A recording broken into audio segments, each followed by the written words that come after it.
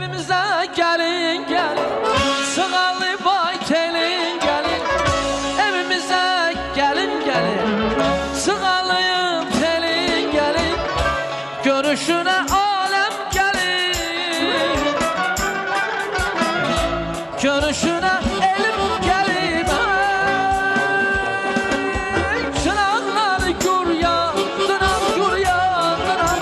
Bey gelin şadlan, şadlan. Çırağlar gür yandıran, gür yandıran.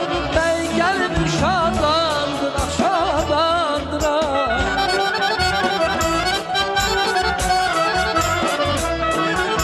Ay can ay maşallah.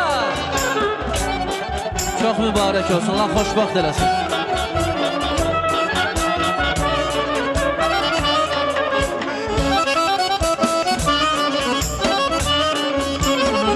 İki qamşə cavan gəlir, gül yanında reyhan gəlir. İki qamşə cavan gəlir, gül yanında reyhan gəlir. Şümşad boylu oğlan gəlir, Şümşad boylu beyimiz gəlir. Çınarlar gür yandırak, gür yandırak. Bey gəlin şadlandırak, şadlan.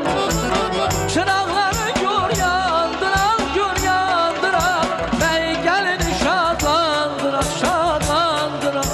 Toy günüdür el çalın, yaxşı yaxşı el çalın. Beyimizi git kız dəşər, hamı desin ürəkdən hey.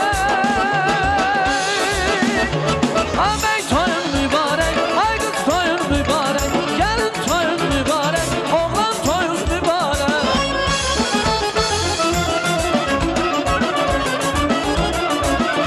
Alayın abi.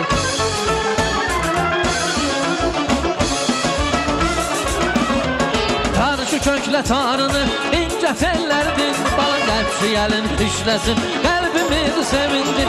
Tanrı köklə tanrını, incə tellərdindir. Qəpçi gəlin işləsin, qəlbimizi sevindir.